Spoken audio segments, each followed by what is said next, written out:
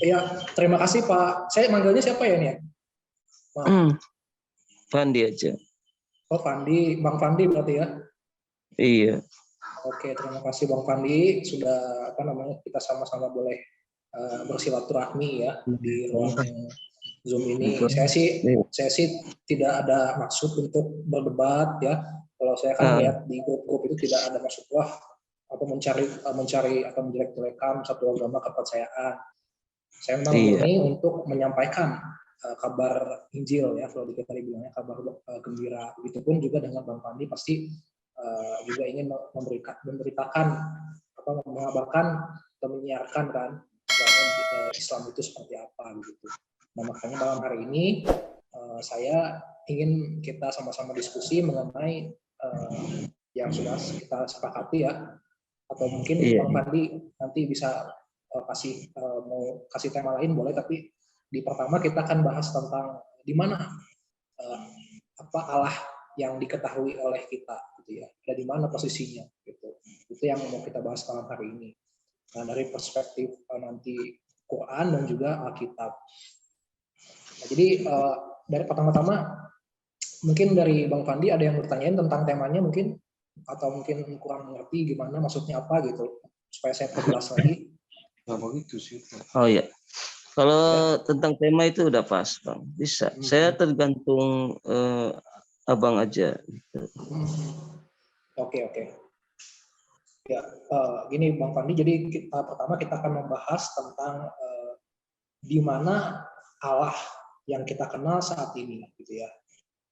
Posisinya tuh di mana saat ini? Apakah mungkin nanti berkaitan dengan dia ada tinggal di mana saat ini, atau misalkan eksistensinya lah, gitu ya. Allah yang kita sembah itu seperti apa, di mana? Jadi yang pertama, silakan saya mempersilakan dulu, memberi kesempatan untuk Bang Fandi menjelaskan perspektif keimanannya Bang Fandi, yaitu di perspektifnya Al-Quran atau sebagai Muslim ya. Bang Fandi bisa menjelaskan seperti apa Allah dan juga di mana keberadaannya, eksistensinya yang Bang Fandi ketahui menurut versi Al-Quran sendiri. Silakan Bang Fandi, waktu dipersilakan untuk Bang Fandi menjelaskan. Oke. Jadi pertama-tama saya ucapkan Assalamualaikum warahmatullahi wabarakatuh. Salawat serta salam kita aturkan kepada Nabi, junjungan Nabi kita, yaitu Nabi yang memberikan pencerahan, yang memberikan yaitu terang benderang bagi kita umat Muslim khususnya. Nah, tidak henti-hentinya juga kita mengucapkan salawat kepada dia. Semoga segala rahmat, maghfirah dan akan tercucur kepada pundak beliau sehingga ke keluarganya dan kepada kita sampai saat ini yang masih eksis menjalankan seluruh ajarannya. Nah, jadi kita bicara sesuai dengan tema ini, yaitu bicara tentang eksistensi ketuhanan itu, atau di manakah keberadaan Tuhan itu. Nah, saya sebagai umat Muslim saya ingin menjelaskan bahwa Tuhan itu adalah esensi yang sangat berbeda atau beda dengan esensi makhluknya. Jadi saya ingin menguraikan, yaitu apa sih perbedaan pencipta dengan dengan ciptaan. Nah, menurut kita Islam, Al-Quran menjelaskan di surah Yunus ayat 3. Bisa tolong di screen Bang? Surah Abang Yunus. Yang mau share screen atau saya yang share screen? Iya, abang aja. Oh, saya aja share. Oke. Bentar. Iya.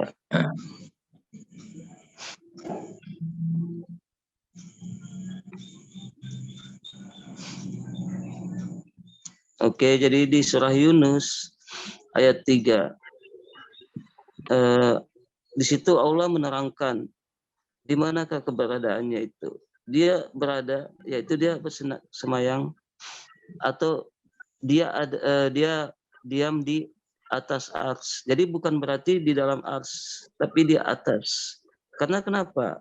Kenapa mereka bertanya, kenapa Allah berdiam di atas ars? Nah, dalam kaidah bahasa, bukan berarti dia di atas ars, dia diamnya itu di dalam ars itu, bukan. Tapi dia bersemayam di atas ars, karena ars itu adalah makhluknya atau ciptaannya. Sementara dia Allah itu adalah maha besar, kekuasaannya wati wal ard, kekuasaannya meliputi langit dan bumi. Nah, oke. Setelah dari surah Yunus ini kita tahu bahwa Allah itu eksistensinya di mana. Sekarang kita pengen tahu apakah Allah menurut Islam itu Allah itu tunggal. Iya, dia tunggal.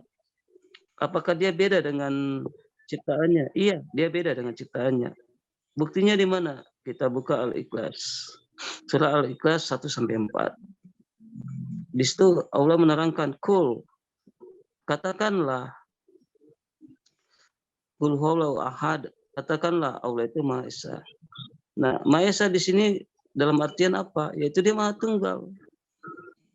Dia tidak pernah meminta kepada makhluknya, dan dia adalah tempat meminta seluruh makhluk.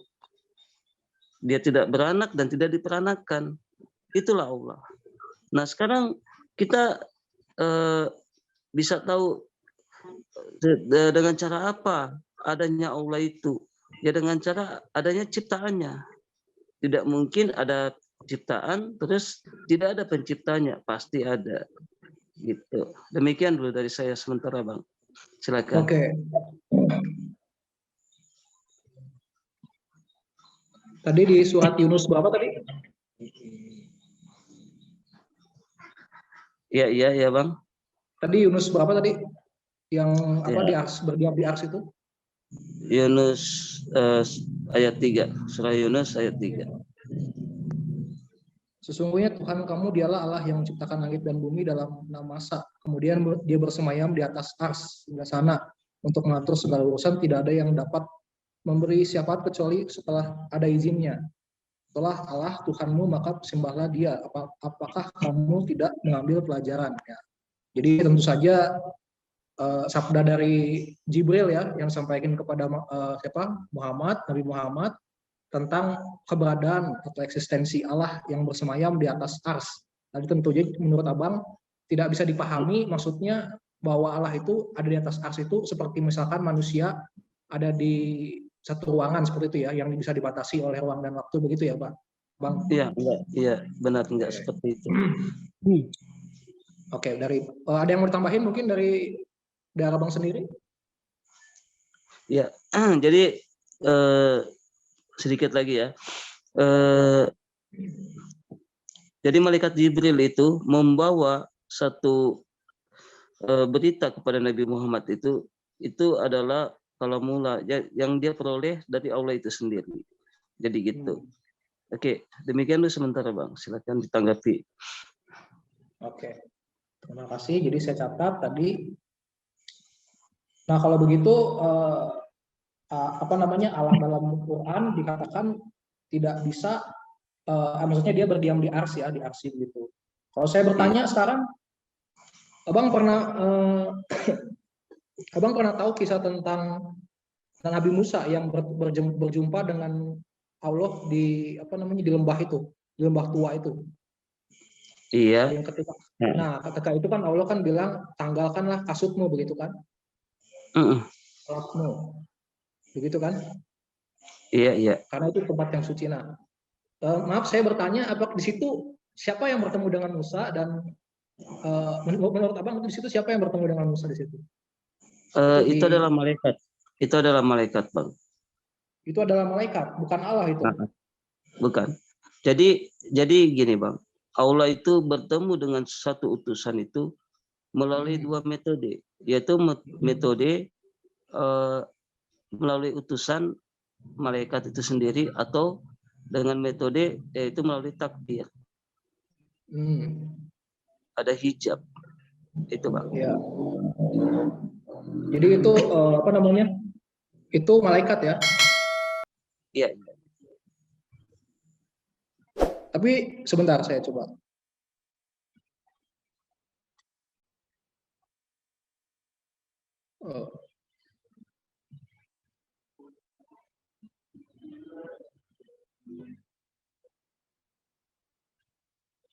Nah ini.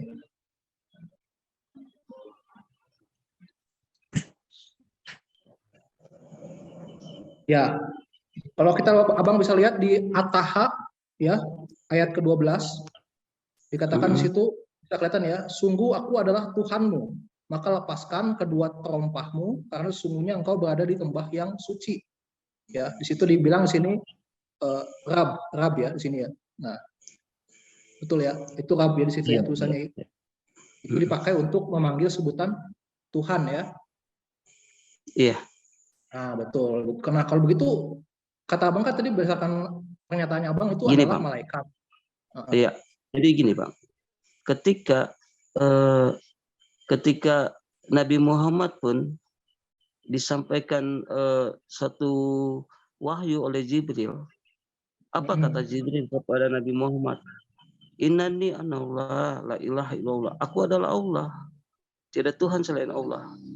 Bukan berarti yang mengatakan itu adalah Allah pada Nabi. Berarti itu kan pernyataan, itu kan perkataan Jibril. Jadi apa yang dikatakan? Ya.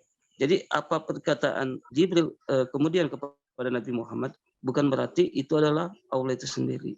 Tapi dia menyampaikan sesuai dengan lisan yang Allah firmankan. Gitu, Bang. Iya, betul. Kalau untuk Allah menyampaikan ke Jibril, saya paham di situ itu kan perkataan Jibril kan langsung kepada Muhammad. Ya, ada di suratnya saya pernah baca juga. Memang Jibril menyampaikan apa yang Tuhan atau Allah dalam Quran sampaikan. Ya, tapi ini permasalahannya konteksnya kan ini kan Jibril sedang menjelaskan bahwa dahulu itu ini kisah dulu ya, kisah dulu sebelum ada Nabi Muhammad kan ya.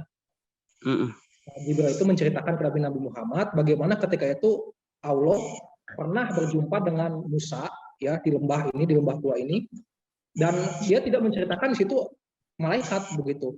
Kalaupun di situ menceritakan adalah malaikat, tolong abang bisa boleh tunjukkan, buktikan apakah itu malaikat dari mananya begitu. Oke. Jadi gini, Bang. Jadi gini, umat Muslim itu mempercayai bahwa Allah itu tidak pernah akan sekalipun dia akan turun ke bumi ini. Karena bumi ini begitu kecil buat dia, Bang. Begitu berarti, kecil. Berarti di dalam konsepnya Muslim Allah tidak bisa turun gitu ya ke bumi ya? Ya, itu bukan masalah konsep. Itu bukan ya, masalah konsep. Tapi itu memang Alkitabiah. Oh tidak jangan ke Alkitab dulu, Bang. Ini ke Al-Qur'an dulu nanti sama saya tanya. Alkitab itu Al-Qur'an itu nama lainnya adalah Alkitab. Oh, iya, maksudnya Alkitab menurut versinya Quran ya, bukan Alkitab versinya Kristen begitu, Bang ya. Iya, kan karena di kita kan disebutnya Alkitab juga. Oh, gitu. Ya. Kalau saya sebutnya gospel, jadi saya beda nyebutnya. Oh, oke, ya, boleh. Oke, nah itu saja, Bang. Iya. Nah, jadi gini, Bang. Jadi gini. Di ayat itu, Bang, itu memang menceritakan yaitu Allah mengatakan demikian, tapi yang mengatakan itu bukan Allah sendiri, Bang. Iya, ini kan ya. Karena itu melalui utusan Tuhan, yaitu menggunakan apa? Takbir. Apa takbir itu? Yaitu hijab.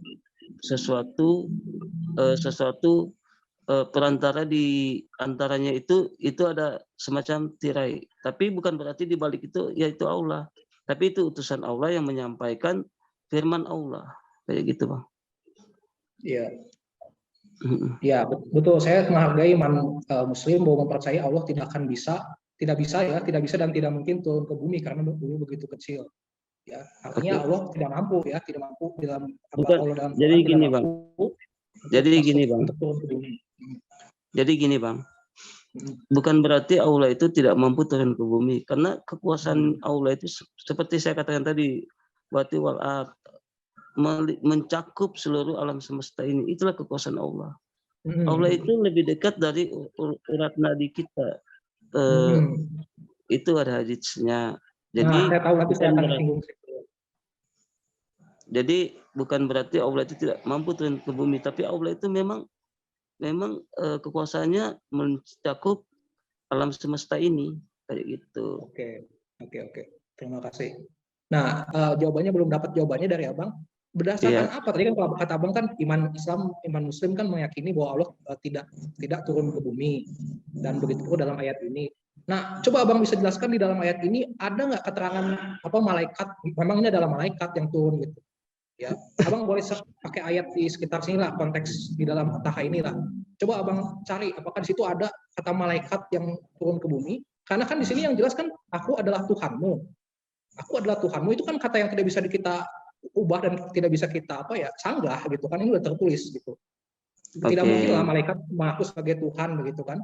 Nah, coba Abang jelaskan ke saya, minta tolong dijelasin kalau Abang itu bilang malaikat dari mana dalam ayat ini ada dalilnya seperti itu, supaya menguatkan statementnya Abang gitu lah, supaya setidaknya kan menguatkan statementnya Abang begitu. Silakan Bang.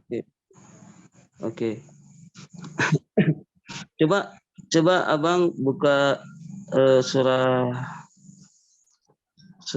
Al-Baqarah ayat 3. Al-Baqarah, oke, saya buka ya. Al-Baqarah 3 sampai ayat 3, oke. 2 3 sampai 4. Ya, betul. Ya, saya baca ya. Silakan.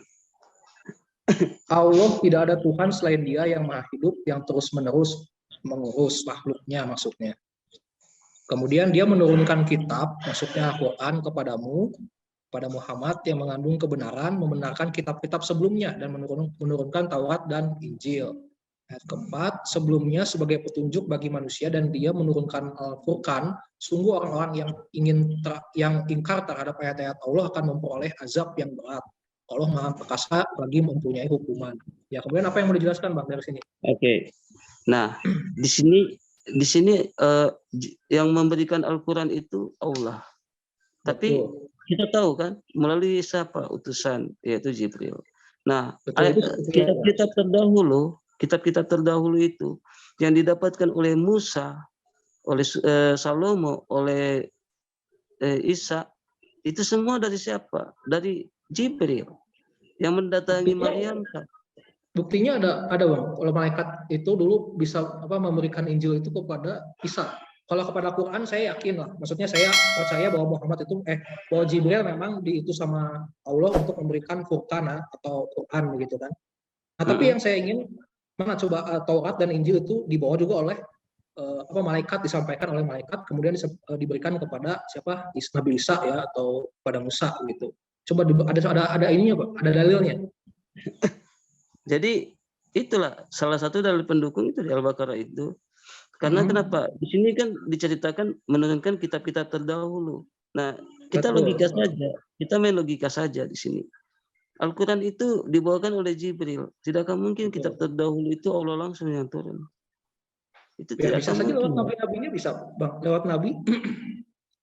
Kalau kita kan meyakini Kristen meyakini itu kan Alkitab ditulis oleh manusia.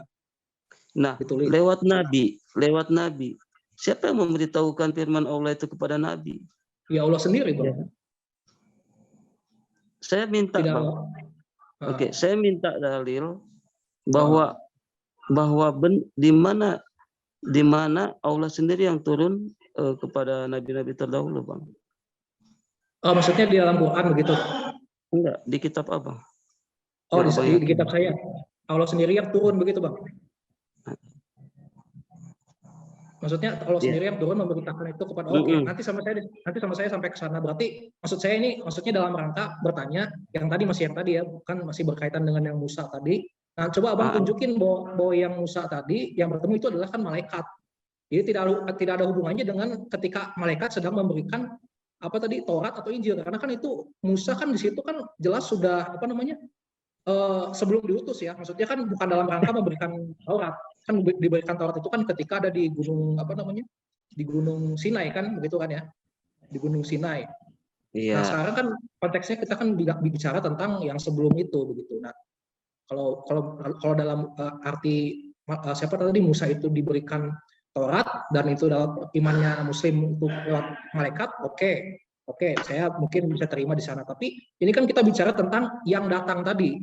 Tidak ada hubungannya dengan ketika Allah memberikan menuliskan atau menurunkan kitab begitu. Nah sekarang saya minta dalil ketika itu yang ditemui oleh Musa adalah siapa malaikat.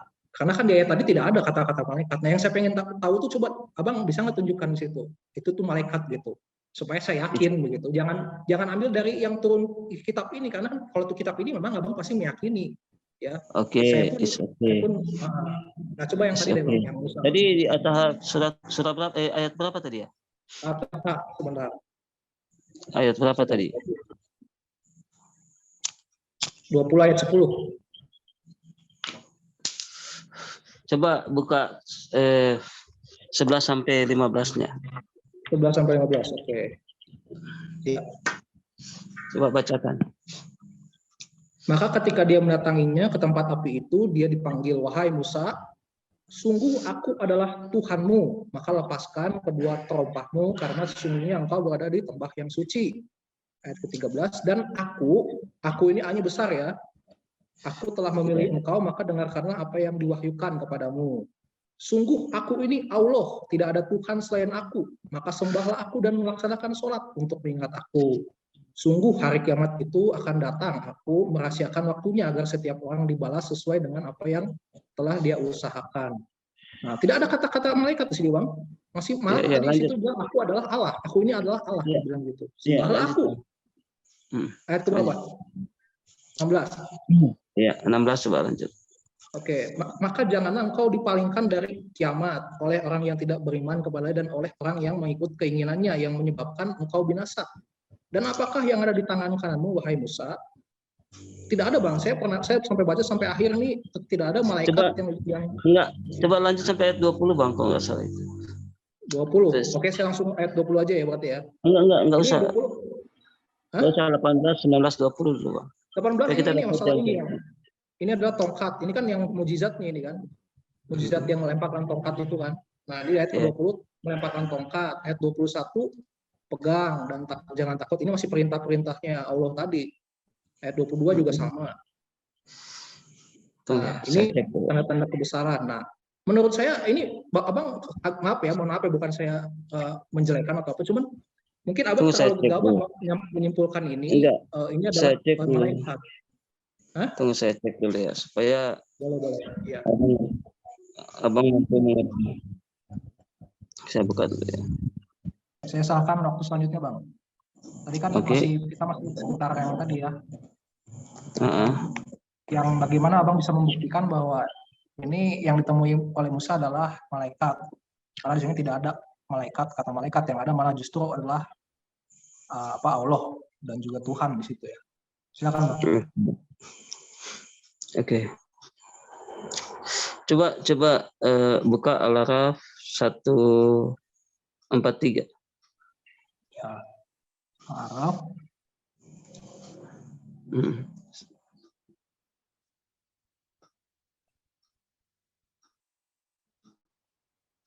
Oke. Ya. Enggak salah ingat. Ya. Ya, coba bacakan, Bang. Dan tatkala Musa datang untuk munajat dengan kami pada waktu yang telah kami tentukan dan Tuhan telah berfirman langsung kepadanya, berkatalah Musa, ya Tuhanku, nampakkanlah diri engkau kepadaku agar aku dapat melihat kepada engkau. Tuhan berfirman, kamu sekali-sekali tidak sanggup melihatku, tapi lihatlah ke bukit itu, maka jika ia tetap di tempatnya, niscaya kamu dapat melihatku. Kalau Tuhannya menampakkan diri kepada gunung itu, dijadikannya gunung itu hancur dan Musa pun jatuh pingsan. Maka setelah Musa sadar kembali, dia berkata, Maha suci engkau, aku bertobat kepada engkau dan aku orang yang pertama-tama beriman. Gimana, Bang? Oke. Jadi itu dalam artian Allah itu nggak ada di bumi itu. Di mana Musa tempat berpijak, nggak ada Allah di situ. Maksudnya, maksudnya keberadaan Allah itu nggak di situ. Tapi kekuasaannya itu yaitu ada di situ. Apakah kekuasaannya itu yaitu salah satu utusannya itu, Bang. Jadi itu salah satu bukti bahwa Allah itu tidak ada di situ yang berbicara langsung dengan Musa. Itu bukan Allah langsung di situ. Oke. Situ Pak Bang ya. Ya. Gimana, Bang? Ya. Abang tahu nih konteksnya kapan ini terjadinya? Ya, ketika Musa memang ingin bermunajat di situ kan. Iya, maksudnya ini konteksnya Musa ketika apa waktu itu sedang apa? Maksud abang gimana bang? Maksudnya peristiwanya apakah tadi yang sama dengan yang Musa melihat apa tadi Iya, iya. Allah tadi? Jadi iya. Jadi gini, Oh, konteksnya itu mereka itu sama. Ketika yang di Al-Taha itu, di situ kan dikatakan Allah juga yang ketemu di bukit. Nah, sementara itu juga Allah juga kan. Oke, jadi Nah, itu ya menurut abang ya. Oke. Oke, nah coba abang baca lagi di ayat ayat 145. Oh, bisa lihat bang ya. Coba baca aja bang. Nah, Apa? dan telah kami tuliskan untuk Musa pada luhur Taurat, ya. Taurat ini. Jadi konteksnya waktu itu bukan dalam artian apa namanya Musa sedang bertemu di yang tadi itu yang apa yang di lembah tua itu, tapi ini adalah konteksnya ketika itu Musa sedang diberikan apa Taurat. Nah, ini kan tadi kan saya bilang konteksnya kita masih seputaran yang di lembah tua tadi. Di situ Musa sedang diberikan Taurat, di situ ada kata nahnu, yaitu kami. Oke, silakan buka tadi di atas tadi 10 sampai 15. Di situ ada kata kami. Lalu apa kenapa? Ya, lalu kenapa? Nah, kenapa dikatakan nahnu atau kami atau kita atau dalam artian Allah menyebut kata yaitu bersangkutan dengan ciptaannya yaitu atau tentara atau utusannya yaitu kami. Nah, karena kenapa? Karena memang ketika waktu itu Allah tidak menemui langsung kepada Musa, makanya di situ ada kata nahnu. Itu kaidah bahasa Arab. Makanya kita mempelajari sesuatu itu dengan kaidah bahasa. Oke. Nahnu berarti artinya di situ jamak ya. Jamak ya, artinya jamak. Allah menyertakan Allah sedang bekerja menggunakan yaitu tentara atau pekerja-pekerjanya kayak itu, Bang. Bagaimana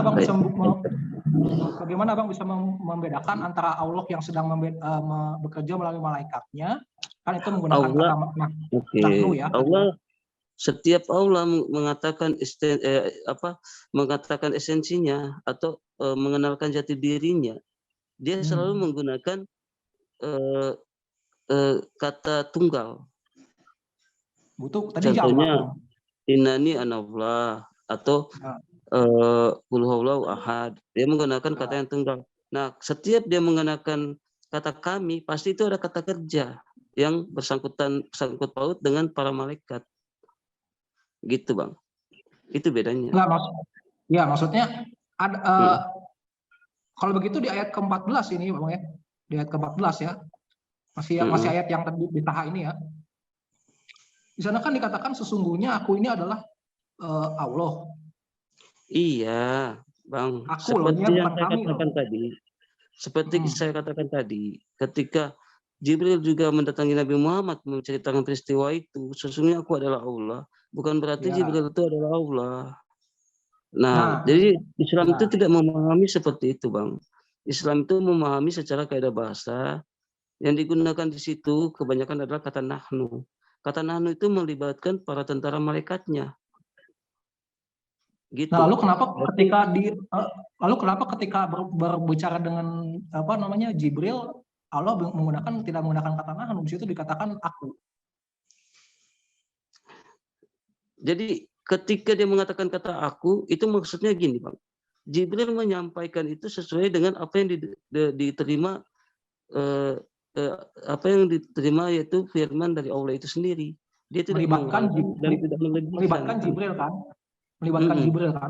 Ya, berarti Allah menggunakan Jibril. Menggunakan Jibril, berarti kenapa tidak menggunakan kalimat kami? Sedangkan ketika melibatkan malaikat yang tadi di ayat selanjutnya itu, Bang. Ayat selanjutnya itu kan ada kata-kata kami di situ, Bang. Saya tidak bicara tentang kalimat selanjutnya. Masih di ayat yang tadi itu kan yang ketika jangan cuma satu ayat, Bang. Jangan cuma satu ayat. Ayat selanjutnya itu kan bicara tentang kata kami. Betul. Justru itu kalau kita konsisten, seharusnya ayat yang satu dengan ayat yang lain kan sama. Makanya itu tidak berbeda. Nah, kenapa di ayat sini tuh Allah menggunakan kata aku, sedangkan nanti di ayat selanjutnya ada yang menggunakan kami. Maksudnya gini, Bang. Ketika Jibril datang ke Musa, dia mengatakan akulah Allah. Memang. Maksudnya dia mengatakan akulah Allah itu firman dari Allah. Nah, selanjutnya dia menyampaikan perintah-perintahnya. Apa dia gunakan situ kata nahnu, kami. Karena kenapa? Memang dia melibatkan para malaikat tentaranya. Gitu. Kenapa tidak dari awal dia bilang kami adalah Allah? Oh, enggak kayak gitu, Bang. Enggak kayak gitu. Kalau dia maksudnya kan ini kan makanya konsistensi, katanya kan melibatkan makanya Allah itu gini, Bang. Makanya Allah itu kalau menceritakan seperti yang saya katakan tadi, saya kan sudah jelaskan. Allah itu kalau dia menceritakan dirinya, dia menggunakan kata aku. Kalau dia menceritakan tentang pekerjaannya yang melibatkan malaikat-malaikatnya, itu dia menggunakan kata kami. Kayak itu. Berarti ketika penciptaan, kan sebenarnya kan saya baca penciptaan, kami menciptakan Adam dan Hawa, itu kan kata kami. Berarti malaikat ikut dalam penciptaan. Berarti bukan hanya Allah yang bekerja. Pasti, Bang. Berarti abang mengimani bahwa malaikat pun bisa menciptakan ya, bukan hanya Allah saja, begitu? Enggak kayak gitu, Bang. Jadi gini, Bang. Jadi gini, Bang. Bukan berarti profesor itu melibatkan pekerja-pekerjanya dan pekerjanya juga itu adalah profesor, bukan berarti itu, Bang. Loh, yang ya kan ini kan katanya kan profesornya itu benda sains. Yang pekerjanya itu yaitu buruh, kayak itu. Malaikat Allah itu adalah benda sains. Malaikat itu adalah pekerjanya, gitu, Bang. Abang harus bedakan itu. Berarti kan kalau dikatakan kami telah menciptakan kamu, misalkan begitu kata firman Tuhan, kami telah menciptakan manusia, itu kan berarti abang bilang melibatkan malaikat. Anggaplah malaikat dan Allah berarti kan satu pekerjaan tuh, sedang bersama-sama ya dalam satu pekerjaan penciptaan. Betul kan? Apa malaikat cuma menonton aja itu waktu itu? Kan saya sudah jelaskan, Bang. Seperti abang itu profesor. Abang melibatkan orang kerja abang, bukan berarti orang kerja abang itu adalah profesor juga, enggak. Betul, kita tidak bicara tentang profesor, kita tidak bicara tentang jabatan. Logikanya kayak gitu, Bang. Logikanya kayak gitu. Iya, betul. Maksudnya saya bilang gitu. Kalau saya tidak bicara gitu, tentang udah kayak gitu finish, Bang. Abang mau kemana lagi coba? Enggak, gini. Ini kita tidak bicara tentang jabatan profesor atau apa. Kita bicara tentang pekerjaannya. Itu logikanya, Bang. Itu logikanya. Logikanya begini, Bang. Misalkan saya tadi melibatkan tim saya nih. Anggaplah misalkan saya ini profesornya, saya melibatkan tim saya. Saya ingin menciptakan robot. Kan pasti kan tim itu bekerja bersama-sama. Saya berikan perintah pada tim-tim saya, ini kamu urusin yang satu, kamu bagian yang dua. Tapi kan tujuannya sama-sama menciptakan, benar kan? Gak mungkin yang saya perintahkan kepada dia itu kamu cuma nontonin aja, atau kamu misalkan cuma menjual hasil pekerjaan saya, enggak kan? Tapi kamu sama-sama bekerja di dalam satu pekerjaan itu menciptakan. Oke. Kan? Apakah saya bisa katakan tim abang itu adalah profesor seperti abang? Ya tidak, tapi kan pekerjaannya udah kan? Logikanya kayak gitu. Ya berarti logikanya begini. Berarti malaikat pun bisa menciptakan, betul kan? Apakah tim abang itu mampu bekerja tanpa instruksi dari abang? Mampu dia menciptakan sesuatu? Mampu saja. Kan punya mereka punya kompetensi. Meskipun mereka bukan profesor. Bang, kalau pekerja itu tanpa penelitian sainsnya, nggak akan mungkin dia mampu kerja, Bang. Enggak ada dong. Gini. Profesor itu kan merekrut orang itu kan punya kompetensi dong. Nggak mungkin dia cuma lulusan SD yang cuma belajar. Malaikat juga punya kompetensi, Bang. Nah, maksudnya betul. Berarti maksud saya tadi kan berarti malaikat itu berarti bisa menciptakan dong. Bukan berarti dia bisa menciptakan, tapi karena kenapa dia mampu melakukan pekerjaan itu karena ada instruksi dari Tuhannya. Kenapa tim abang mampu bekerja karena ada instruksi dari abang. Kayak itu. Saya tidak mempermasalahkan instruksi, saya sedang tidak mempermasalahkan jabatan, tapi yang saya permasalahkan dia bisa berkompeten untuk menciptakan, dia punya kemampuan untuk menciptakan. Gimana? Makanya saya kasih tadi analogi kayak gitu, Bang. Analogi Iya, kayak saya gitu. tidak Bukan berarti gini. abang mengatakan dia mampu menciptakan. Jadi gini, misalnya malaikat, Allah minta malaikat itu mengambil tanah di mana? Di bumi. Dia bawa ke Ya, langit. Kasih ke ya. Allah. Allah ciptakan. Hmm. Allah yang Oh, enggak, menciptakan. Malaikat itu hanya tunggu. enggak. Ini Di situ hadis. tidak di Quran tidak ada dikatakan Allah mengangkat apa namanya tadi membawa itu apa tanah dan sebagainya. Dikatakan di situ kami menciptakan manusia. Nah, coba dijelaskan di situ bahwa yang menciptakan itu ya Allah, malaikat itu hanya disuruh apa namanya membawa tanah lah dan sebagainya macamnya. Tapi kan ini balik lagi ke ayatnya, apa namanya, itu yang asumsi abang. mereka lah yang bekerja. Artinya ketika dikatakan bisa menciptakan, ya berarti malaikatnya pun bisa menciptakan dong di situ. Jadi gini bang, ketika Allah memerintahkan malaikat untuk mengambil tanah atau dia menyuruh mengambil ini mengambil itu sudah melibatkan malaikat bang. Betul, saya setuju itu melibatkan malaikat. Tapi kan sudah di Al-Quran tidak ada dikatakan malaikat hanya disuruh apa mengambil tanah dan sebagainya macam. Di sana kan hanya dikatakan malaikat itu, maksudnya kami ya, tidak disebut di situ malaikat kami menciptakan manusia. Bang. Iya bang. Menciptakan lah ya. Iya. Walaupun malaikat hanya mengambil sebongkah tanah, lalu dia membawa kembali ke hadapan Allah, itu sudah dapat dikatakan kami. Karena kenapa? Di situ ada campur tangan dari tentara Allah. Nah, begitu. Jadi di situ disebutnya campur tangan ya. Maksudnya ada, iya, karena kan Allah memerintahkan tentaranya, kan ada, kan dia kan mempunyai tentara kan kayak gitu. Jadi apakah Allah tidak sanggup? Apakah berarti Allah tidak sanggup menciptakan Allah sendiri? tidak sanggup, bang. Bukan berarti Allah tidak sanggup. Saya meminta pembantu saya untuk mengambil saya nasi atau membuatkan saya kopi. Bukan berarti saya tidak sanggup untuk membuatnya, gitu bang logikanya. Nah, kalau gitu ada dalilnya yang bilang bahwa tanpa malaikat Allah bisa menciptakan segala sesuatu. Tanpa bantuan malaikat tadi loh ya, tanpa bantuan kami tadi, yang kata kami tadi ya. Oke, itu tadi di surah Yunus ayat 3.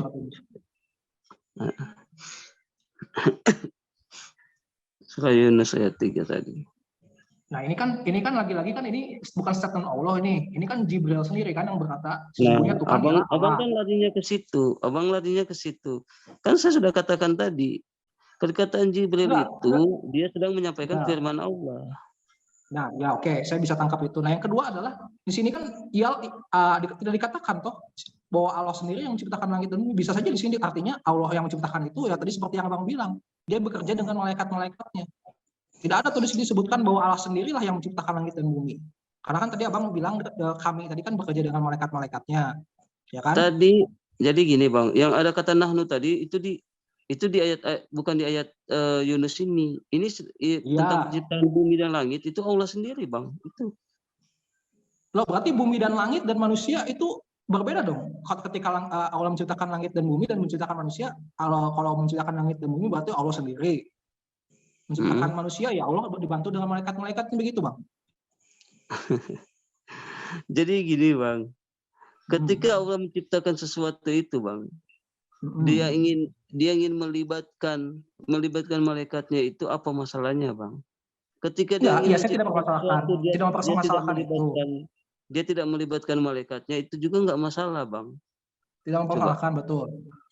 Nggak ada yang masalah di situ. Bukan berarti dia melibatkan malaikatnya dia tidak mampu. Bukan berarti itu Bang. Betul. Itu serumit apa sih penciptaan manusia ini daripada penciptaan alam semesta itu kan gitu. Di situ Bang ya. Jadi Bang sesuatu logika yang saya sudah kasih itu sangat logis banget Bang. Kalau umpamanya Abang menanyakan sesuatu logika yang tidak dapat dinalarkan, pasti saya juga susah untuk menjawabnya. Tapi kan ini sangat logis. Bukan berarti Bang seorang profesor itu tidak mampu membuat pesawat sendiri tapi dia ingin melibatkan pekerjaannya, bukan berarti gitu. Oke, situ Bang ya. Iya. Jadi abang harus menerima dong statement bahwa Allah tidak mampu menciptakan manusia Oh, dengan tangannya sendiri nggak dong. bisa, Bang. Saya kan sudah jelaskan. Ya, buktikan dong, ini kan menciptakan langit dan bumi. Sekarang serumit, Abang, serumit apa sih menciptakan makhluk hidup yang sekecil saya? Ya, itu dibandingkan kan menciptakan alam semesta, Bang. Nggak bisa, Abang nggak bisa tanyakan itu ke saya. Itu kan saya kan bukan dalam kapasitas saya sebagai pencipta. Maka sekarang yang saya pengen. logika. Kita bicara nggak logika, bisa. Bang. Nggak bisa, Bang. Ini kita saya bukan bicara pencipta. Logika saya nggak sampai ke sana, Bang. Nah, abang menutup mata abang. Karena saya kan sudah katakan tadi. Justru saya bertanya, Bang. Ini bertanya, kalau Abang tadi bilang Allah itu bisa menciptakan manusia dan itu dibantu oleh malaikat-malaikatnya. Lalu kenapa ketika Allah menciptakan langit dan bumi dikatakan Abang dia menciptakan sendiri begitu, karena tidak ada kata nahnu di sana ya. Nah, kenapa? Apakah menciptakan manusia itu terlalu rumit bagi Allah? Kenapa sampai harus dibantu oleh malaikat-malaikatnya itu, Bang? Itu kan pertanyaannya di situ. Oke. Jadi gini, Bang. Seperti saya katakan tadi, bukan berarti Allah itu melibatkan malaikatnya itu dia tidak mampu, Bang. Bukan berarti saya meminta pembantu saya membuatkan kopi saya itu tidak mampu. Bukan kayak gitu, Bang. Bukan berarti saya nggak mampu membuatnya. Sudah clear lah di situ ya. Itu berarti masih asumsi ya, tidak ada dalil yang berkata bahwa Allah. Itu dalil. Ini Yunus itu dalil. Karena kenapa? Ya, itu dalilnya kan masih menceritakan langit dan bumi, Bang. Tidak ada manusia di sana. Makanya saya katakan, serumit apa sih bagi Allah menciptakan itu dalil. Itu namanya ini, Bang, asumsi. Karena Abang bilang serumit apa sih, kan tidak bisa menunjukkan ayatnya, toh kan di sini hanya langit dan bumi. Kalau kita tiap kata pun, Bang, tiap kata kita menggunakan dalil, gimana jadinya tuh, Bang? Ya, kalau begitu tunjukkan dong, Bang, dalil yang Allah menciptakan manusia itu seorang diri, tidak dibantu dengan malaikat. Sebenarnya, Bang, sebenarnya gini, Bang. Dalil itu kita perlukan, kalau nggak ada penunjangnya. Asumsi itu tidak ada penunjangnya. Saya berasumsi ada penunjangnya. Penunjangnya itu di apa? Yunus surat 3 ayat 3. Apa di situ? Allah menciptakan langit dan bumi, mampu dia sendiri. Kenapa menciptakan manusia hanya sekecil ini nggak mampu? Itu dalil penunjangnya. Iya betul. Itu makanya saya sudah clear ya. Berarti di situ kan yang menciptakan langit dan bumi, bukan manusia kan? Terus bukan apa susahnya menciptakan manusia, Bang? Sedangkan langit dan bumi sebesar itu dia mampu. Itu pertanyaan Abang sendiri, silakan. Itu saya tidak sampai ke sana. Itu bukan tapi ini kita balik lagi saja. Tapi ini kita balik lagi, Bang. Tapi ini kita balik lagi aja ke yang tadi ya, supaya tidak terlalu luas bahasanya juga. Kita balik lagi ke tadi yang At-Taha saja, yang masalah Musa tadi yang berjumpa dengan dengan Tuhan ya. Saya tidak berkata itu dengan malaikat karena di sana jelas-jelas dikatakan adalah Tuhan. Bahkan di ayat ke-14. Jadi Abang belum puas. Kenapa? Jadi Abang belum puas di situ. Ya, iya dong. Tolong Abang tunjukkan di sini bahwa ini adalah yang bertemu dengan Musa di sini adalah malaikat, karena di sini tidak ada dikatakan malaikat, bahkan dikatakan situ sembahlah aku, kan dibilang begitu kan? Abang kan belajar, Abang kan memahami Al-Quran, Abang memahami Al-Quran dengan terjemahan. Saya sudah kasih kaidah bahasa. Kaidah bahasa kata nahnu itu adalah merujuk kepada kami. Apa yang dimaksudkan kami itu melibatkan malaikatnya. Berarti dia bekerja itu dalam pewahyuan itu melibatkan malaikatnya. Makanya dipakai kata nahnu di ayat selanjutnya. Itu kan jawaban saya jelas kan. Kalau misalnya nggak jelas, gimana kita berpikir dengan secara logis kalau itu kita anggap nggak jelas? Coba. Loh iya, Bang, nggak bisa dong, Bang. Kalau misalkan kita bilang kami tadi, Abang bisa bilang itu adalah nggak bisa. Itu ayat itu, Bang. Itu dalil. Dalil selanjutnya Abang cek semua. Ada kata kami. Tolong tunjukkan di situ, kan sedikit saya baca lagi ya. Sesungguhnya aku ini adalah Allah. Itu kan kalau kita pakai pikiran, jalan pikiran yang Abang. Cuma ayat itu. Terus. Enggak, saya jelasin dulu, Bang. Di sini kan sesungguhnya aku ini adalah Allah. Tunggu dulu sebentar, Bang. Nanti saya lanjutin. Sesungguhnya aku ini adalah Allah. Lalu kalau kita pakai logika yang Abang bilang tadi, yang bilang itu adalah malaikat yang berfirman kepada Musa, maka kita akan berpikir, coba ini kan konteksnya Musa belum ambil Taurat ya, masih diutus ya. Ini kan konteksnya Musa mau diutus oleh Allah. Nah, sekarang kalau kita lihat, kalau misalkan kita bayangin gitu, apa jadinya kita pakai logika aja nih ya, Bang. Kalau tadi Bang bilang pakai logika sederhana. Kalau misalkan di situ dibilang adalah malaikat dan Musa mendengar bahwa aku ini adalah Allah. Nah, kira-kira apa respon Musa?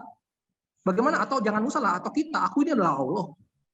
Di situ tidak dikatakan aku ini adalah malaikat. Nah, responnya kita apa? Kan kita kan bilang langsung, oh ini berarti Allah. Benar kan? Logika sederhananya begitu kan? Nah, kita lanjutkan. Bang, ya. Abang, Allah memilih utusan itu enggak sebodoh kita, Bang. Allah memilih utusan itu orang yang intelek. Kenapa? Ketika tiap kaidah bahasa itu, utusan itu paling mengerti apakah itu Allah beneran atau tidak. Makanya coba di Al-Araf tadi saya tunjukkan, bahkan Musa meminta, Allah itu kan hadir. Nggak bisa kan? Berarti Musa mengerti bahwa yang bicara dan dia itu bukan Allah, tapi adalah utusan. Kalau Musa mengerti, kalau Musa itu dia bodoh, dia nggak tahu kalau yang bicara dengan dia itu adalah Allah atau malaikat, pasti dia tidak akan meminta untuk Allah datang. Karena kenapa? Dia tahu bahwa yang bicara itu dengan dia itu sudah Allah, sudahlah Allah langsung. Tapi dia tahu bukan Allah itu adalah malaikat, makanya dia minta. Nah, berarti di sini Musa tidak tahu nih bahwa dia itu yang dia temuin adalah malaikat, bukan Tuhan, bukan Allah, Bang. Kan? Iya, jelas. Coba baca Bang di ayat ke-25 di situ. Berkatalah Musa, "Ya Tuhanku, lapangkanlah untukku dadaku." Itu dia berkata sama siapa, Bang? Iya, Bang. Dia bicara kepada malaikat utusan Allah. Oh, nggak bisa dong. Ya Tuhanku di situ bukan untuk malaikat. Maksudnya bukan untuk Abang memahami Al-Qur'an, makanya saya katakan tadi, Abang memahami Al-Qur'an dengan terjemahan. Di situ ada kata nahnu, Bang. Tapi di sebelum nahnu, di situ ada kata aku juga. Tadi kan kalau kita pakai kalau kita pakai alurnya Abang tadi yang malaikat sedang malaikat itu sedang menyampaikan firman Allah, tidak mengurangi, tidak melebihkan, Bang. Tidak, gini. Saya bikin ini ya, bisa saya share screen ya, Bang ya. Sebentar. Terus kapan saya bisa nanya ke Abang? Kenapa? Kapan saya bisa nanya ke Abang nih? Iya, makanya ini kita tuntaskan dulu, Bang, karena saya belum. Kita membahas masa cuma monolog. Harusnya kita bahas kedua agama ini kan gitu. Betul. Nanti saya kasih kesempatan. Nah, ini pertama ya. Saya kasih. Kalau gitu kita geser topiknya biar cepat ya, Bang ya. Jadi kesimpulan. Saya sih tidak akan memaksakan. Ya sudah, itu jawaban Abang seperti itu. Tadi yang ditemui itu adalah utusannya malaikat ya. Itu pendapat Abang gitu. Meskipun ayat situ dikatakan tidak ada. Itu bukan pendapat saya. Itu kaidah bahasanya, Bang. Al-Quran itu mempunyai kaidah bahasa. Jadi kalau Abang memahami Al-Quran itu cuma dengan terjemahan, ya kayak gitu. Saya sudah katakan itu di situ ada kata nahnu. Apa kata nahnu itu? Itu kata nahnu itu berkaitan dengan pekerjaan Allah yang melibatkan tentara malaikatnya, gitu, Bang. Makanya itu bukan asumsi saya. Itu juga tidak bisa jadikan ini dalil, Bang. Karena Abang mengatakan gitu. Karena ketika dia berbicara kepada Jibril, dia kan menggunakan kata aku juga kan, tidak bisa dong. Itu kan melibatkan Jibril juga. Oke, Abang mengatakan kayak gitu. Karena Abang memahami Al-Quran cuma dengan terjemahan. Ingat, Bang, kata saya bilang, terjemahan itu bukan Al-Quran. Saya kan ikuti kaidah bahasa. Kaidah bahasa yang tadi Abang bilang, tadi kan bilang kalau nahnu digunakan untuk dengan malaikat-malaikatnya. Kalau aku digunakan hanya Allah sendiri, dia bilang tanpa melalui melibatkan malaikat-malaikatnya lah begitu ya. Iya, tapi kan ayat selanjutnya itu ada kata kami. Sementara peristiwa itu masih satu peristiwa dengan itu. Berarti di situ yang datang itu bukan Allah, yaitu malaikat, Bang. Enggak, gini, itu konteks kejadian itu kan disampaikan oleh siapa? Oleh Jibril, begitu kan? Kepada Muhammad, betul kan? Menceritakan masa lalu begitu, masa lalu yang Musa itu tapi kan. Tapi dialek percakapan di situ kan ada kata kami. Tunggu dulu. Betul, tunggu dulu. Itu tadi konteksnya kan Muhammad mendapatkan wahyu dari Jibril, ya. Artinya Jibril ini adalah malaikat yang dipakai oleh Tuhan, dipakai oleh Allah.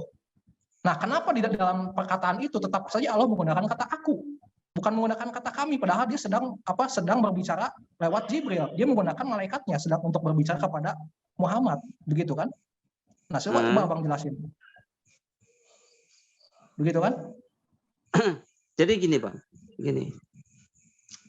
Allah itu, makanya saya katakan tadi, ketika Jibril datang di saat itu, kita keadaan bahasa itu kita kalau kita harus tahu, kita baca per ayat itu. Apakah ayat itu berkesinambungan dalam konteks itu mereka masih di situ Allah hanya menggunakan kata aku.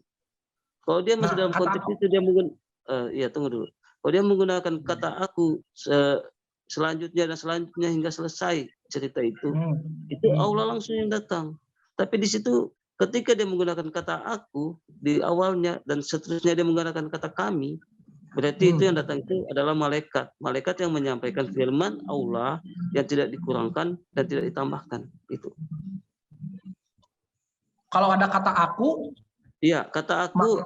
Karena kenapa malaikat menggunakan kata aku di awal? Karena itu malaikat sedang menyampaikan bahwa inilah firman Tuhan, akulah Tuhan. Kayak gitu.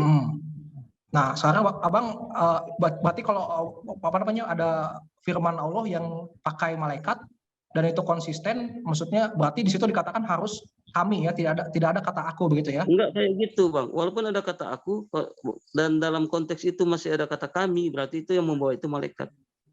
Oke, sekarang kita baca yang gampang aja Bang, yang misalkan di dalam surat Anas di situ ya, saya buka di dalam surat Anas ya. Oke, saya akan buka di surat Anas.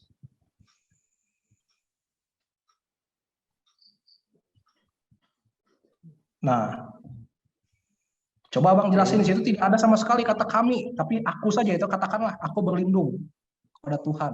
Nah, coba gimana cara kita bisa mengidentifikasikan ini bukan malaikat yang bilang atau ini adalah malaikat yang bilang? Karena di sana tidak ada kata kami. Qul a'udzu birabbin nas. Oke. Katakanlah itu. Di situ Jibril datang menyampaikan kepada Nabi. Tidak bisa kita langsung bilang Jibril dong, Bang. Nah, kan sekarang Al-Quran itu dari mana? Dari mana? Kan Abang bilang tadi kan, tunggu dulu. Kan Abang bilang tadi kan kalau tidak ada kata kami ya, maka di situ ya Allah yang datang. Kalau ada kata aku ya, itu kan di situ tertulis aku, tidak ada kata kami di sana kan. Maksudnya kayak mana ini Abang? Abang jangan gitu, Bang. Kayak gitu, Bang. Saya menghargai kalau gini. Saya menghargai Abang tadi statement ini jangan diubah-ubah terus, Bang. Jadi kita harus konsisten. Abang kalau misalkan katakan tadi bilang kalau tidak ada kata kami gitu. Situ kan kita bicara tentang konsisten. Coba. Iya, oke. Dengar dulu. Nah, sini kan tidak ada kata kami, sini hanya ada kata aku berlindung kepada Tuhan. Aku di situ ya. Katakanlah aku. Nah, coba abang kalau misalkan bisa membela ini, dikatakan itu bukan Allah sendiri yang datang, itu adalah Jibril atau malaikatnya. Nah, coba tolong abang jelaskan konteks ini ya, kita jangan kemana-mana, konteks ini loh. Oke, siap. Jadi gini Bang, abang harus tahu dalam konteks ini di surat An-Nas ini bicara tentang perintah terhadap Nabi Muhammad. Sementara yang abang kutip tadi itu perintah kepada Nabi Musa. Beda. Enggak, saya itu bukan bicara tentang Nabi Musa lagi, Bang. Kita bicara tentang kita bicara tentang gini, Bang. Gini, kita bicara tentang konsistennya abang tadi. Saya kan katakanlah Muhammad. Nah, saya itu konteksnya sudah bicara dengan Nabi Muhammad. Pendapat abang. Sementara yang tadi yang bilang aku. Dengar dulu Bang, satu-satu. Santai dong Bang. Sementara yang abang tanya tadi di At-Taha tadi itu konteksnya sementara menyampaikan kejadian zaman terdahulu yang melibatkan malaikat. Nah, yang abang kutip di Anas ini menyampaikan yaitu perintah terhadap Nabi Muhammad. Makanya di situ ada kul, katakanlah. Terus apa masalahnya di situ? Tapi yang menyampaikan malaikat Jibril. Kan saya bukan kan yang saya tutup. Ya, silakan Bang. Katakanlah. Nah, bukan berarti yang di situ tidak ada aku, bukan berarti Allah itu yang datang, karena di situ tidak ada konteksnya Allah itu datang ke Muhammad terus dia menyampaikan berkata-kata dengan Muhammad atau Nabi Muhammad ketemu dengan Allah, nggak ada di situ. Tapi di situ adalah kata perintah terhadap Nabi Muhammad yang dibawakan oleh Jibril kayak gitu. Karena nggak bisa juga kita bilang itu Jibril. Nggak bisa juga Bang, situ bilang Jibril. Karena tidak ada kata Jibril di sana juga kan. Abang tadi tanya, tidak ada kata Allah di sana yang langsung bertemu dengan dengan Muhammad. Di sini pun tidak ada Jibril yang langsung bertemu dengan Muhammad. Di sini hanya dikatakan ku Allah gitu kan. Katakanlah aku berlindung kepada Tuhan. Maksud abang kayak mana ya? Maksud abang kayak mana? Coba. Ya kan begini, kita kembali lagi kepada saya menghargai pegangannya abang ya, menghargai bahwa tadi bilang. Maksudnya abang ini kayak gini loh, dengar ya bang. Yang abang kutip tadi di At-Taha tadi itu sedang menceritakan kejadian terdahulu tentang Nabi Musa, yaitu yang melibatkan malaikat. Makanya ada kata nahnu. Yang saya maksud, kenapa Allah selalu menggunakan kata nahnu di setiap yaitu pekerjaannya yang melibatkan malaikat, selalu dia menggunakan kata nahnu. Itu menyampaikan kepada manusia bahwa dia mengerjakan itu melibatkan malaikatnya. Nah, yang kedua, kenapa dia tidak menggunakan kata nahnu? Karena dia sedang memberitahukan jati dirinya. Bukan berarti ada penyampaian kepada Nabi Muhammad, itulah Allah, bukan. Tapi dia menyampaikan jati dirinya itu dalam rangka apa? Dalam rangka menyampaikan jati dirinya kepada manusia, itu tidak menggunakan kata nahnu, tapi dia menggunakan kata ahad.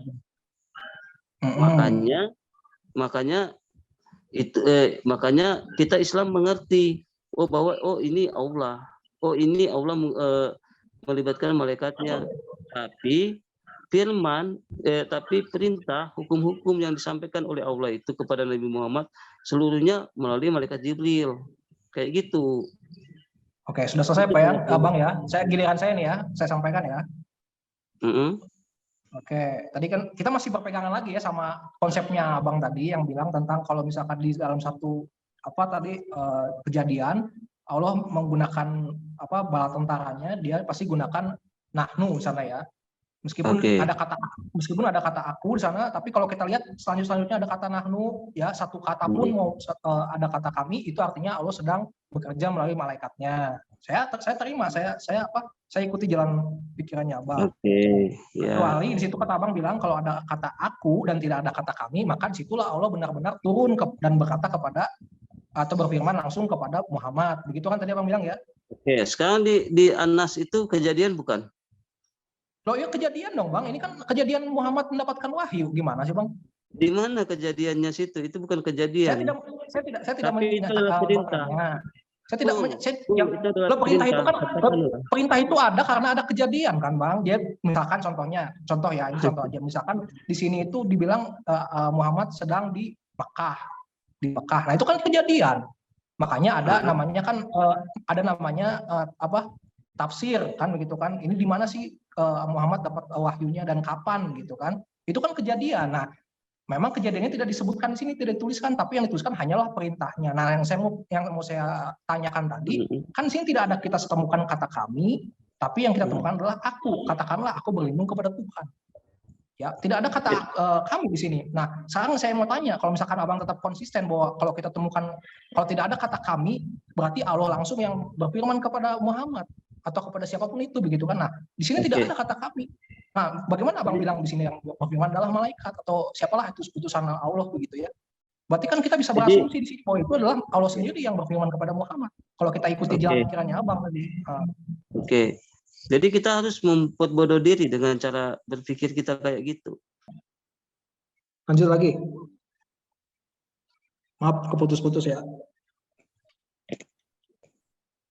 Ya. Oke, jadi kita lanjut lagi ke screen-nya. Nah, di sini Abang bisa lihat. Jadi ini biar cepat aja Bang, supaya Abang punya kesempatan untuk tanya juga. Jadi yang pertama tadi saya terima statement Abang bahwa bilang tadi yang berjumpa dengan malaikat dengan Musa adalah malaikat. Karena di sana dikatakan kata kami, ada kata kami ya. Meskipun di sana sendiri ada kata aku. Berarti kalau Abang bilang tadi ikuti logikanya Abang, karena di sana ada kata kami, meskipun di sana ada kata aku, tetap itu adalah malaikat. Nah, yang kedua, Abang belum tadi yang di surat Anas, ketika saya bilang kalau gitu kalau saya ikut konsisten perkataannya Abang, karena di surat Anas tidak diketahui apakah di sana maksudnya ada kata aku ataupun kami, maka tidak bisa kita bilang di situ adalah malaikat yang berjumpa dengan Muhammad karena di sana tidak ada kata kami, begitu ya. Bisa Bang, bisa. Nah, coba kalau begitu tunjukkan di ayat situ ya Bang, kalau misalkan Abang bilang bisa. Oke. Tunjukkan di ayat Anas. Saya mau buktikan bahwa Anas itu salah satu wahyu kan? Saya ingin membuktikan bahwa wahyu yang diperoleh oleh Nabi Muhammad itu adalah dari Jibril. Ya, betul. Silakan Bang. Oke, silakan buka An-Nahl 123. An-Nahl 123. 123.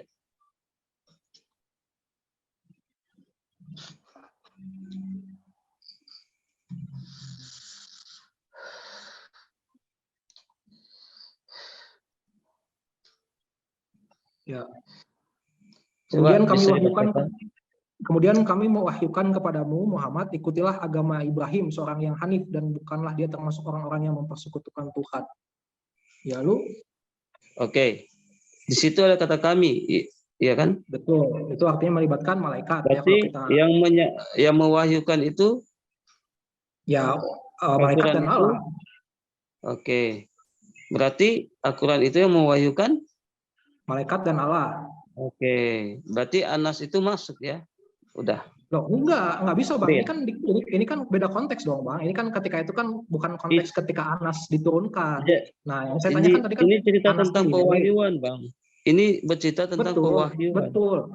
Nah, pewahyuan itu kan sebenarnya berbeda-beda Bang. Ada wahyu ketika wahyu. Misalkan gini Bang. Wahyu ketika Muhammad dan wahyu. Oke. Ya. Sekarang gini Bang. Namanya wahyu. Wahyu itu seluruh Al-Quran itu adalah wahyu. Berbicara tentang wahyu, di situ malaikat, di situ Allah menyampaikan dia melibatkan malaikat. Udah.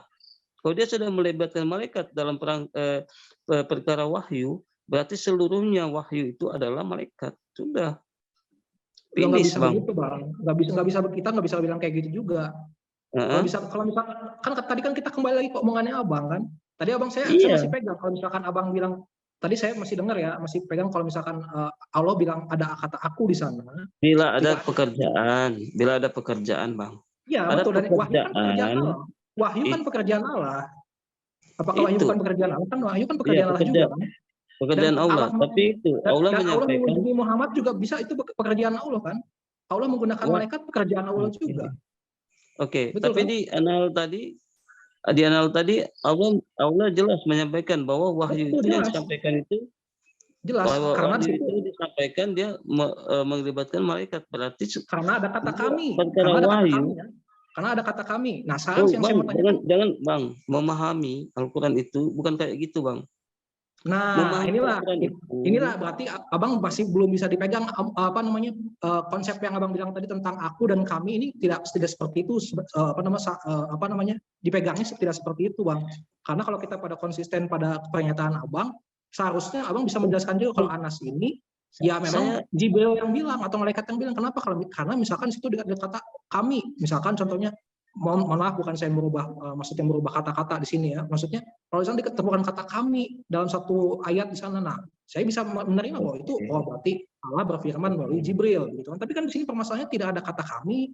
Berarti kan boleh dong kalau ada seorang Islam bilang itu berarti Allah sendiri yang langsung datang kepada Muhammad. Tidak masalah dong. Oke, ya kan? Jadi gini. Nah, jadi dalam Al-Quran itu murni adalah wahyu. Mau ayat apapun itu murni adalah wahyu. Sementara Allah menerangkan, dia memberikan wahyu, dalam perkara wahyu itu, dia memberikan wahyu itu dengan apa? Dengan melibatkan malaikatnya. Berarti setiap wahyu yang datang kepada Nabi Muhammad, itu adalah melibatkan malaikat-malaikatnya. Kalau Abang mau membantah itu, Abang tidak terima itu, ya coba. Sekarang saya pengen tahu, Abang referensinya dasar apa Abang mengatakan itu? Bahkan saya sangat konsisten. Saya mengatakan kan, kalau Allah mengatakan dalam pewahyuannya kepada Nabi Muhammad menceritakan yang terdahulu, itu dia menggunakan kata kami, berarti dia melibatkan malaikatnya. Tapi kalau dia menceritakan hal yang terdahulu, layaknya di surat Yunus tadi, dia tidak menggunakan kata kami, berarti itu dia sendiri yang menciptakan. Kayak gitu. Sementara dia menceritakan tentang perkara wahyu, yaitu penyampaian wahyu itu, dia menggunakan kata kami. Karena kenapa? Dia melibatkan malaikat. Nah, berarti ayat-ayat dalam Al-Quran itu semuanya pewahyuan. Kalau semuanya pewahyuan itu berkaitan dengan wahyu, berarti itu dia menggunakan yaitu malaikat. Kayak gitu Bang. Jadi Abang nggak usah ambil ayat kayak gitu yang Abang cocok melogikan dari ayat penyampaian atau pewahyuan kepada Nabi Muhammad dan pewahyuan penceritaan tentang hal yang lampau. Itu beda konteksnya Bang. Jadi gitu. Ya kalau begitu, jadi saya kasih bertanya Bang. Oke, iya Mas, saya masih masih bertanya ya. Kalau begitu, Abang bisa membuktikan kalau misalkan emang ini adalah wahyunya Allah dan melalui malaikatnya atau melalui Jibril? Kan tidak bisa, Itu belum ada. tadi Kalau di Abang, anal tadi. Tadi di lah anal itu kan tadi. konteksnya, ini kan kalau kita bicara tentang konteks, Abang konteksnya sih udah itu, berbeda, Bang. itu bukan konteks, tapi itu perintah. Itu sama dengan itu Anas. Anas itu adalah perintah, itu juga adalah perintah, Bang. Nah, tapi kan kejadiannya berbeda kan? Bukan masalah kejadiannya, tapi Loh, yang sama berbeda itu dong, Bang. adalah wahyu. Wah, kita jangan bilang wahyu, ini kan perintah. Ini perintah ya. Oke. Ini kan perintah Sekarang ya. gini, Ini, saya minta dalilnya ke Abang, di mana ada di Al-Quran bahwa Allah pernah menemui Nabi Muhammad secara langsung menyampaikan wahyu. Di mana? Silakan. secara langsung kalau ya. ada. Secara langsung menyampaikan wahyu kepada Nabi Muhammad. Silakan. Ya itu tadi yang saya bilang di At-Taha tadi, yang ketika dia Musa bertemu itu dengan bukan Tuhan. kepada Nabi Muhammad tuh Bang, bukan kepada Nabi Muhammad. Maksudnya langsung kepada Nabi Muhammad. Ya saya tidak mengatakan Allah bisa langsung bertemu dengan Muhammad, tapi yang nggak ada. Udah. Berarti nggak setiap ada. wahyu itu disampaikan oleh malaikat. Loh, nggak bisa begitu, Bang. Nggak Kan saya bisa bilang begitu begini. gimana? Itu dalil saya sudah sampaikan, Bang. Abang membantah saya, sementara Abang nggak ada dalil. Enggak, begini. Abang hanya membantah melalui logika Abang. Saya menggunakan dalil, Bang. Loh, iya juga saya menggunakan dalil, Bang. Kan tadi kan Abang bilang kan, ya kita balik lagi ke anal yang Abang bilang tadi, yang bilang ada kata kami kan, itu kan melalui malaikatnya. Saya setuju di situ. Itu sedang menceritakan hal yang terdahulu. Iya, mau yang terdahulu mau yang sama, mau terdahulu mau yang sekarang kan tetap saja kalau beda, Bang. Allah beda. Lo nggak bisa, Bang. Ini kan kaidah bahasa. Kaidah bahasa itu kan nggak tergantung. Maksudnya kaidah kata ganti orang itu tidak tergantung apa kejadiannya lampau dan sekarang. Jadi kejadian masa lampau itu Allah mengulang kembali cerita itu yang lalu disampaikan kepada Baginda. Betul. Nah, itu melalui apa yang saya maksudkan tadi itu bukan Allah yang di situ, itu yang terjadi pada masa lampau, bukan yang terjadi kepada Nabi Muhammad. Sementara yang terjadi kepada Nabi Muhammad itu adalah pewahyuan, penyampaian, yaitu berita yang terjadi pada masa lampau. Terus apa masalahnya? Itu di konteks At-Taha. Saya tadi kan saya sudah bikin persetujuannya. Ya, saya ikuti pemikiran Abang bahwa itu adalah malaikat. Karena sangat dikatakan ada kata kami ya. Dan itu pewahyuan masa lampau. Nah, yang saya permasalahan kan kalau begitu ketika kita menemukan kata Anas dan situ tidak ada kata kami, yang ada kata kami. Jadi gini, Bang, berarti kita bisa bilang situ bisa Allah bisa sendiri datang, bisa juga malaikat bisa, atau bisa juga tidak ada yang mengatakan kepada Muhammad, atau mungkin mohon maaf misalkan Muhammad hanya mendapatkan wahyu tidak entah dari siapa, dari roh yang tidak jelas misalkan jadi gini, Bang. Ya. Jadi gini, Bang. Di situ di At-Taha tadi, di situ bukan berarti menggunakan kata kami itu penyampaian kepada Nabi Muhammad, bukan, tapi itu penyampaian kepada Nabi Musa. Makanya yang saya katakan itu digunakan kata kami itu melibatkan malaikat, itu kata kerjanya atau kerjanya itu yang terjadi pada masa lampau, bukan yang terjadi pada saat Nabi Muhammad menerima berita itu, bukan kayak itu.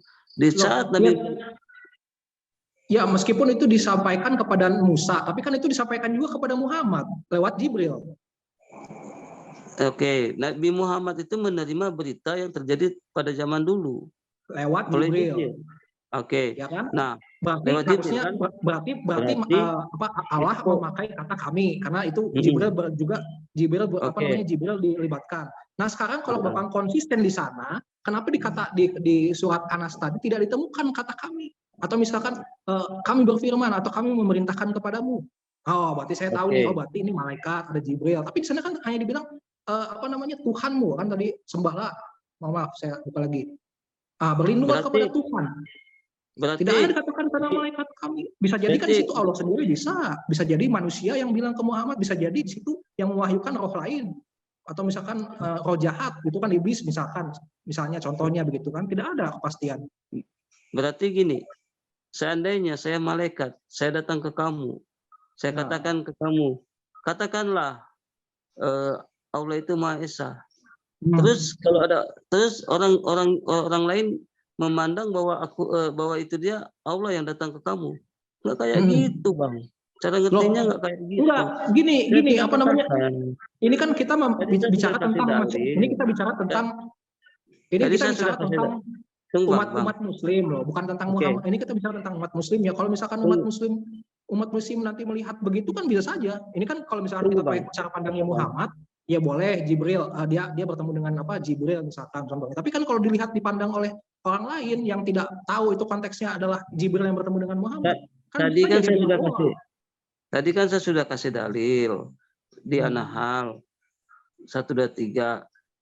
Di situ Allah mengatakan pewahyuan itu dia melibatkan malaikatnya. Terus Al-Quran itu apa? Al-Quran itu adalah wahyu. Al-Quran itu wahyu. Perkara wahyu itu Allah mengatakan di situ dia melibatkan malaikatnya. Nah, kenapa abang sekarang datang menyomot ayat lalu menggunakan ini bukan dari wahyu, ini langsung dari Allah. Iya betul, karena apa? Karena kita tidak bisa menggeneralisasikan semua wahyu itu sama diratakan bahwa itu adalah diucapkan oleh malaikat. Abang, bisa, karena apa? Karena konteks yang abang ambil tadi.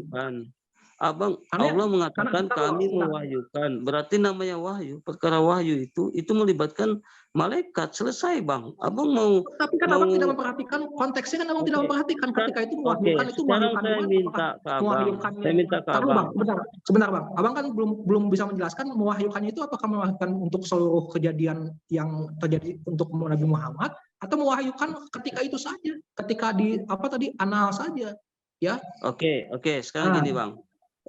Sekarang gini, saya minta ke abang kan membantah saya dengan asumsi. Sementara saya menjelaskan dengan dalil. Sekarang saya minta ke abang, tunjukkan saya satu dalil di mana ada pewahyuan itu tidak melalui malaikat. Silakan. Tidak melalui malaikat? Pewahyuan mana yang di Al-Quran itu tidak melalui malaikat? Silakan tunjukkan ke saya. Di dalam Quran ya? Iya. Ya saya balik lagi ke tadi, ke yang ke Ataha tadi ketika Musa bertemu dengan di mana di situ tidak menggunakan malaikat sementara di situ ada kata kami. Loh ya, kami itu kan asumsi abang tadi dibilang kami itu bukan dalil ya, kami kan situ asumsi abang bahwa itu adalah malaikat. Sedangkan di ayat tidak ada dikatakan malaikat. Nah, saya asumsi. Jadi saya asumsi. Kata kami di situ ya iya loh, asumsi tidak ada dijelaskan di dalam Al-Quran bahwa kami itu di situ malaikat. Karena kalau kaidah bahasa, Bang. Abang menggunakan terjemahan. Ini kaidah bahasa Arab, Bang. Apapun itu kaidah bahasa. Jangan apapun itu. Ini original teks. Abang tidak menggunakan, abang hanya membantah saya dengan terjemahan. Nggak bisa, Bang. Loh, enggak. Kalau misalkan kita konsisten, makanya tadi saya bilang kalau kita konsisten, makanya saya balikan lagi, Bang. Kalau kita konsisten dengan kaidah bahasa, lalu abang bisa buktikan kaidah bahasa di dalam An-Nahl itu, yang An-Nahl tadi karena tidak ditemukan kata kami, ya abang buktikan dengan kaidah bahasa abang. Ada nggak di sana bisa dibuktikan bahwa dengan kaidah bahasanya itu di situ abang gini, Bang. Abang gini, abang ingin membantah saya dengan terjemahan. Abang kalau membantah saya kudu belajar bahasa Arabnya dulu, Bang. Original teksnya, Bang. Ya justru karena saya tadi pakai kaidah bahasanya abang yang bilang kalau ada kami itu berarti malaikat yang bilang, makanya saya bilang tadi yang saya maksudkan itu ketika kejadian dengan Nabi Musa, bukan kejadian dengan Nabi Muhammad. Sementara kejadian dengan Nabi Muhammad prosesnya pewahyuan. Sekarang saya tanya begini, apa bedanya kejadian Musa dan yang bertemu dengan Tuhan tadi di sana dengan kejadian Muhammad yang bertemu dengan ketika beda. Ketika sama-sama Nabi Muhammad kan sama-sama memakai pengutusan, ya, sama-sama memakai pengutusan. Artinya kan harusnya ada kata kami di sana. Dengar dulu, Bang. Karena kenapa saya katakan beda? Ketika Al-Quran itu datang, itu menggunakan pewahyuan. Saya sudah kasih dalilnya kan. Nah, ketika bercerita tentang Nabi Musa itu bercerita tentang masa lampau yang adanya pewahyuan adanya utusan juga yang bicara melalui takbir. Ini beda. Gitu. Abang tanya kan, yang ketika Nabi Musa itu siapa yang ketemu dengan Nabi Musa? Saya katakan itu adalah malaikat. Abang nggak percaya, saya kasih tata bahasanya. Abang larinya ke Nabi Muhammad, nggak bisa kayak gitu karena kepada Nabi Muhammad itu sudah jelas-jelas pewahyuan. Saya kasih juga dalilnya. Abang nolak. Sementara Al-Quran itu ada pewahyuan. karena perwahyuan itu tetap berkaitan dengan malaikat, karena Allah sudah menerangkan kami mewahyukan itu, situ ada kata kami. Sekarang abang tetap membantahnya. Coba abang membantahnya dengan kaidah apa, terjemahan. Coba. Betul. Karena begini bang. Kalau abang karena begini, sebentar bang. Abang tunjukkan saya dengan kaidah bahasa Arab kan gitu. Kalau nggak punya ya abang, berarti abang nggak bisa membantah saya bang. Sementara saya pakai bahasa Arab yang mana maksudnya bang? Bahasa Arab yang mana? Kita kan bicara tentang konteks Anas dan juga konteks anal. Iya, konteksnya abang menggunakan kaidah bahasa apa? Bahasa terjemahan kan? Ya mau itu terjemahan atau enggak kan sekarang begini bang. Nah, sekarang begini bang. Saya tunjukkan ya. Saya tunjukkan ini. Di Anas. Kul. Ya, kul. Nah, kaidah bahasa kul itu yaitu apa? Katakanlah. Tapi penekanan kul itu dari apa? Dari penyampaian. Nah, penyampaian ini mulai dari utusan. Kata kul itu mulai dari penyampaian utusan. Itu bang. Kaidah bahasanya.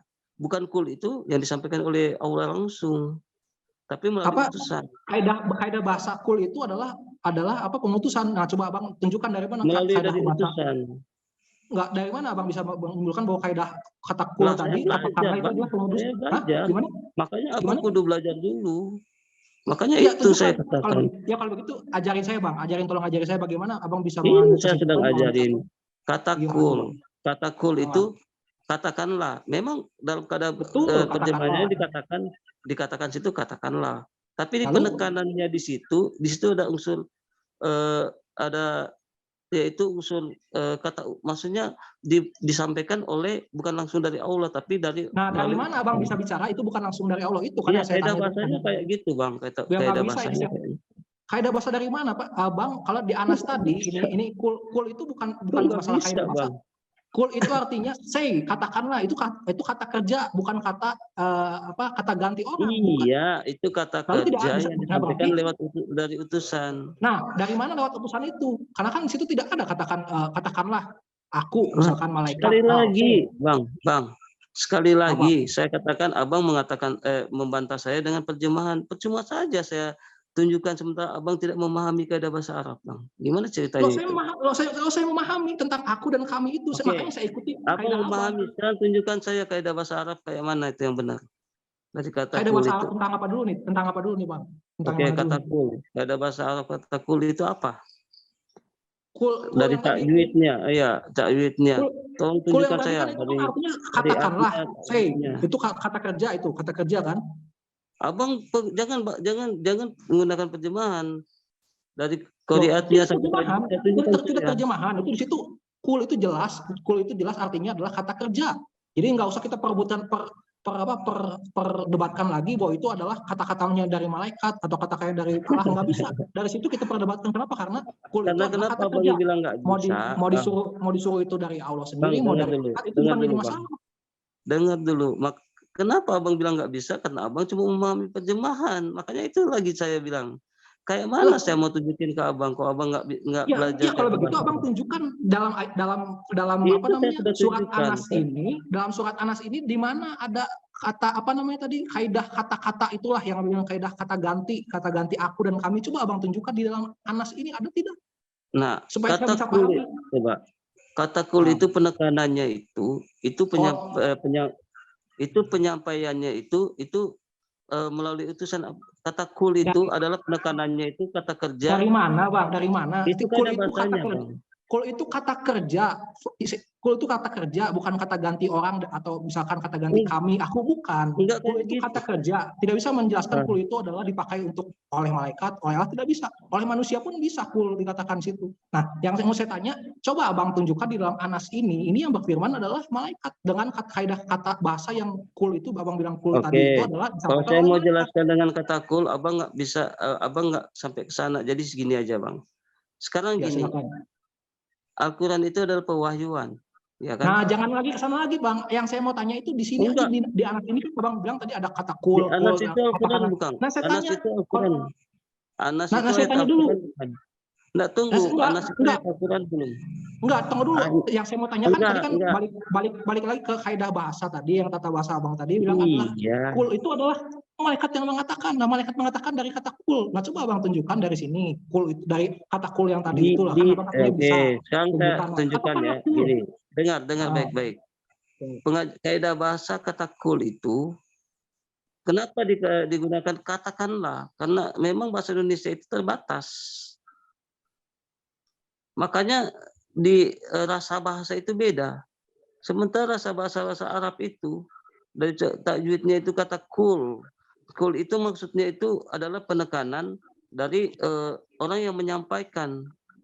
Sementara orang yang menyampaikan ini itu adalah utusan Allah.